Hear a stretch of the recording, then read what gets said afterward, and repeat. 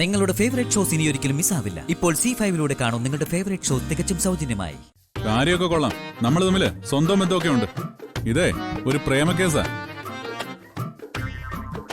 അങ്ങനെ ഒരു വാക്ക് വേണ്ടിയാ അതോടെ തീരുവല്ല. കൊന്നുകളെ ഞാൻ.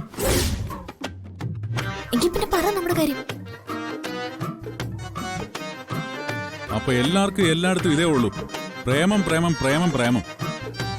പ്രേമിക്കുകയാണെന്ന് പറഞ്ഞു വന്നാലേ കാലുപൊക്കെ ചവിട്ടാനാ തോന്നുന്നേ. നീ ഫോൺ വയ്ക്ക്. ഈശ്വരാ, ഇപ്പൊ പറഞ്ഞ ശരിയാവില്ല. 1 2 എന്താടാ?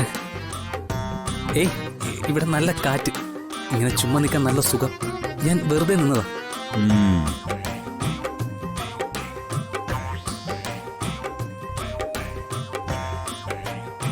എന്തായി ഇത്ര പെട്ടെന്ന് പറഞ്ഞോ നമ്മുടെ കാര്യം? ഏയ്, പറഞ്ഞില്ല. എന്താ പറയാഞ്ഞത്? പ്രസാദേട്ടനെ കണ്ടപ്പോ ധൈര്യമൊക്കെ ചോർന്നു പോയോ? ഏയ്, അതല്ല. അല്ല, നമുക്ക് സംസാരിക്കാനുള്ളതേ വളരെ പ്രധാനപ്പെട്ട കാര്യമല്ലേ? അതെ, അതിന് അത്തരം കാര്യങ്ങൾ സംസാരിക്കാൻ അറിവും കാര്യപ്രാപ്തിയും ബുദ്ധിയും പ്രായവും ഉള്ള പുഷ്പൻ ചേട്ടനെ പോലെയുള്ള ഒരാളെ വേണം നമുക്ക് കൂടെ കൂട്ടാൻ.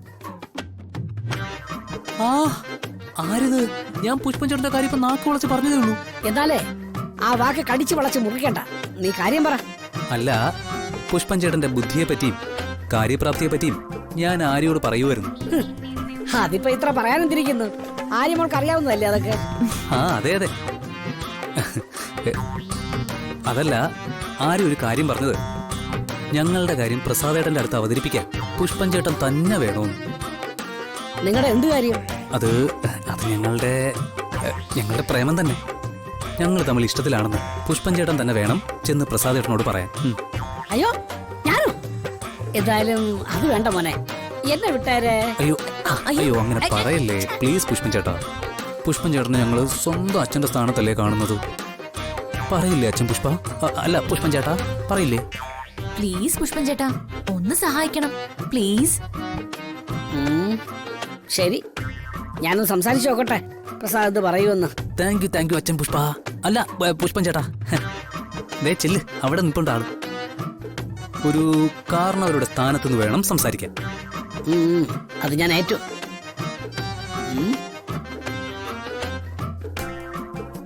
ഇവന്റെയൊക്കെ ഒരു പ്രേമം ഇന്ന് കാണിച്ചു കൊടുക്കുന്നുണ്ട് ഈ പ്രസാദ് ആണെന്ന്.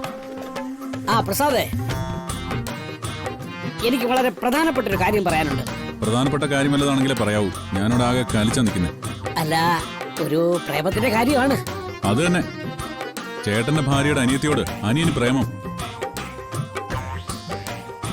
ഇവനൊക്കെ കവളമടൽ വെട്ടി വേണം അടിക്കാൻ. പറഞ്ഞു മനസ്സിലായി നിങ്ങക്ക്? അല്ല, ആരെ അടിക്കേണ്ടത് അത് മനസ്സിലായില്ല. എല്ലാവന്മാരെ അടിക്കണം. പ്രേമിക്കുന്നവനെയും അവനെ സപ്പോർട്ട് ചെയ്യുന്നവനെയും സകല എണ്ണത്തിനെ അടിക്കണം. എന്നാലേ എന്റെ കലി അടങ്ങും.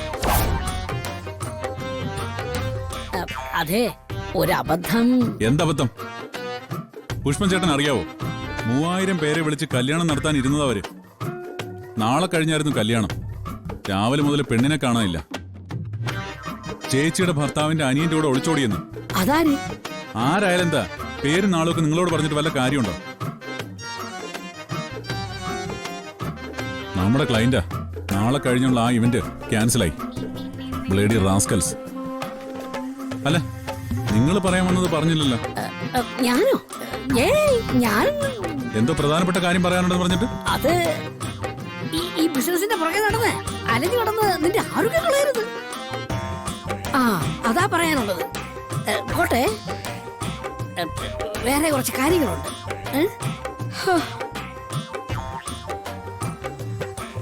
എന്തായി? പറഞ്ഞോ കാര്യങ്ങൾ. അയ്യടാ, പറയും.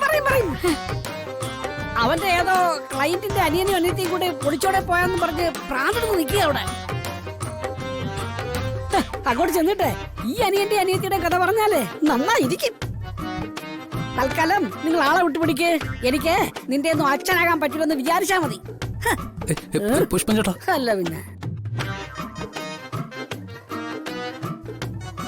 എന്താടാ, നിനക്ക് വരാൻ പറ്റില്ലേ എന്റെ കൂടെ തൃപ്പങ്ങോട്ടേക്ക്? അവിടെ ആരുണ്ട് എനിക്ക് വേണ്ടി? ഓ, നിനക്ക് വേണ്ടപ്പെട്ടവർ ഇവിടെയാണല്ലോ അല്ലേ? രാധ. അതെ, അവളെ കണ്ടെത്താൻ വേണ്ടി മാത്രമാ ഞാൻ ഈ നാട്ടിൽ നിൽക്കുന്നത്. അതെനിക്ക് നന്നായിട്ട് അറിയാം. അറിഞ്ഞുകൊണ്ട് തന്നെ പറയാ, നീ തൃപ്പങ്ങോട്ടേക്ക് വരണം. കാരണം രാധയും അവിടെ വരും, ഉടൻ തന്നെ. രാധ തൃപ്പങ്ങോട്ടേക്ക് വരാനോ? അതെ, ഞാൻ വെറുതെ പറയല്ല. വരാൻ പോകുന്ന ദിവസം എന്താണെന്നറിയോ നിനക്ക്? ധനുമാസ പൗർണമിയാ.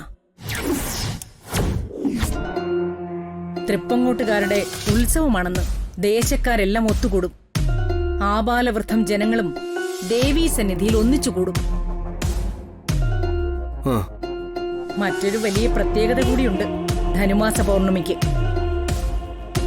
അന്ന പൂർണ്ണകുംഭ പ്രദക്ഷിണവും ഉടവാൾ സമർപ്പണവും. ഓർമ്മയുണ്ടാവും നിനക്ക്.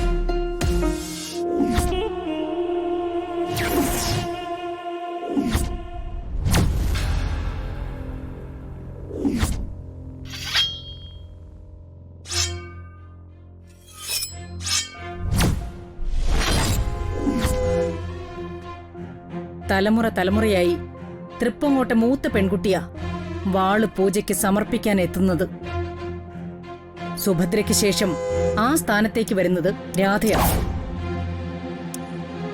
തറവാട്ടിലെ പാരമ്പര്യം നിലനിർത്താൻ ഉടവാളുമായി ഇത്തവണ രാധയെത്തും. അപ്പോ അവിടെ ഉണ്ടായാൽ കാണാൻ നിനക്ക് രാധയെ മുഖാമുഖം തന്നെ. എന്താ ഇനി പറയേ, വന്നൂടെ നിനക്ക് എന്റെ കൂടെ? ഞാൻ വരുന്നില്ല. ഈ മണ്ണ് വിട്ട് തൽക്കാലം ഞാൻ എവിടേക്കുമില്ല. അത് വെറുതെ. ഈ മണ്ണിനോട് നിനക്ക് എന്താ ഇത്ര മമത? അത് മനസ്സിലായില്ല. എനിക്ക് തൃപ്പങ്ങോടിനോടും ഇല്ല ഒരു മമതയും. എന്റെ ആശയും ആവേശവും ഒക്കെ ഒരൊറ്റ ബിന്ദുവിൽ കേന്ദ്രീകരിച്ച് കിടക്കുക. അത് രാധയിൽ മാത്രമാ. അതേ രാധയ്ക്ക് വേണ്ടിയാ ഞാനും ഈ പറയുന്നത്. നീ അവൾക്ക് മുൻപേ അവിടെ വരണം. രാധ ഉടവാൾ പൂജയ്ക്ക് എത്തുമ്പോ അവിടെ നീയും ഉണ്ടാവണം. അതാണ് വേണ്ടത്. ഞാൻ വരുന്നില്ല എന്ന് പറഞ്ഞു. പോവാനുള്ളവർക്ക് പോവാം. മണിച്ച, എവിടെയാണെന്ന് വെച്ചാ കൊണ്ടുപോയി ഇറക്കിയിട്ട് പോരെ. പെട്ടെന്ന് അവിടെ. അപ്പോ ഞാനാണ് നിന്റെ ജീവിതത്തിലെ ഏറ്റവും വലിയ ശല്യം അല്ലേ? അമ്മയും ബന്ധുക്കളെയും മറ്റാരെയും നിനക്ക് വേണ്ട. അവളെ മാത്രം മതി അല്ലേ? അതെ. ഇതിൽ കൂടുതൽ തെളിച്ചു പറയാൻ എനിക്ക് വയ്യ. തീർന്നല്ലോ വിഷയം. നിങ്ങൾക്ക് പോവാം. മണിച്ച പറഞ്ഞത് കേട്ടില്ലേ? ചെന്ന് വണ്ടി എടുക്ക. ശരി. വേണ്ട. സ്വന്തം മകനെ കൊണ്ടില്ലാത്ത സഹായം അവന്റെ ഭൃത്യനെ കൊണ്ട് വേണ്ട എനിക്ക്. അല്ല ഭവാനിമ്മ പിന്നെ എങ്ങനെ പോവും? പണം കൊടുത്താൽ കിട്ടാത്ത വണ്ടി ഏതാ മണിച്ച ഈ ലോകത്ത്? നീ ആളെ വിടങ്ങോട്ട്. ഡൗൺലോഡ് ചെയ്യൂ C5 ആപ്പ്. കാണൂ എല്ലാ എപ്പിസോഡുകളും സൗജന്യമായി.